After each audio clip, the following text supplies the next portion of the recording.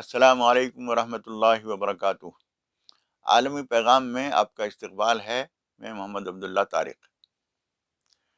اب سے پہلے ہم وضو کے سلسلے میں کچھ باتیں عرض کر چکے ہیں۔ وضو سے متعلق ایک چیز آپ یہ سمجھ لیجئے، بہت سارے لوگ ہمارے گاؤں دیہات کے یا کم پڑھے لکھے لوگ جو ہیں، بہت ساری چیزوں سے وضو ٹوٹنا سمجھتے ہیں۔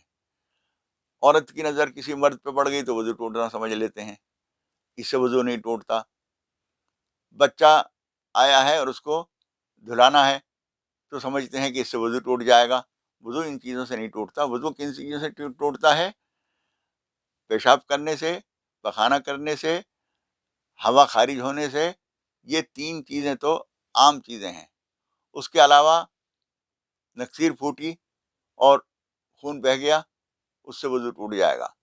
کہیں چوٹ لگی یا زخم ہے پہلے سے کسی کا، اس میں سے پیپ یا خون بہہ گیا اور بہہ کے اگر تھوڑا سا نکلا اور وہیں اس کے اندر جو اس کی جگہ ہے، اس کا جو گڈھا ہے زخم کا، اسی کے اندر رہا تو وضو نہیں ٹوٹے گا۔ لیکن اگر بہہ گیا تو پھر وہ وضو ٹوٹ جائے گا۔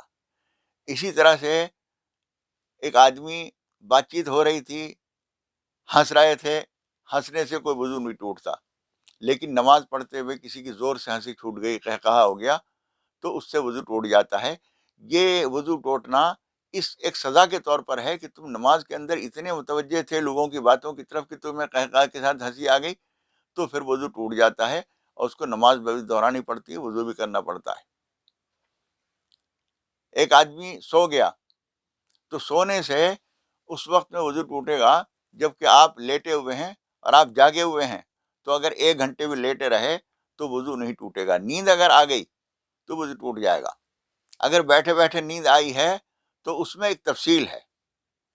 وہ تفصیل یہ ہے کہ جس چیز سے آپ ٹیک لگائے ہوئے ہیں، اتنی گہری نیند تھی، ہمارا اندازہ یہ ہے ما لو ازیل عنہ لسقط، اگر وہ چیز ہٹا دی جاتی تو وہ گر جاتا۔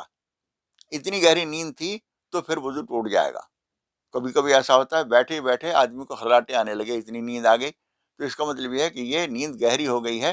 ایسی نیند اگر آئی ہے تو نیند سے بھی وضو ٹوٹ جاتا ہے۔ خدا نخواستہ بے ہوشی ہو گئی، آدمی کو پتہ ہی نہیں ہے کیا ہو رہا ہے، کوئی مرگی کا مریض ہے یا کوئی اور خدا نخواستہ ایسا بیمار ہے کہ اسے بے ہوشی ہو گئی، تو اس کے بعد بھی اسے وضو کرنا ضروری ہوگا۔ یہ وہ اعمال ہیں جن کو ہمیں سمجھنا ضروری ہے، اور جو نواقض وضو نہیں ہیں، یعنی وضو جن سے نہیں ٹوٹتا ہے، خواہ مخواہ ایسی چیزوں کے بارے میں یہ سمجھنا کہ وضو ٹوٹ گیا ہے، اس طرح سے وضو نہیں ٹوٹتا۔ آدمی کہیں بھی چلا جائے، کچھ بھی اٹھا لے، ناپاکی کو ہاتھ بھی لگ جائے، گندی چیز کو ہاتھ لگ گیا، ہاتھ دھو لیجئے، پاک ہو جائیں گے آپ۔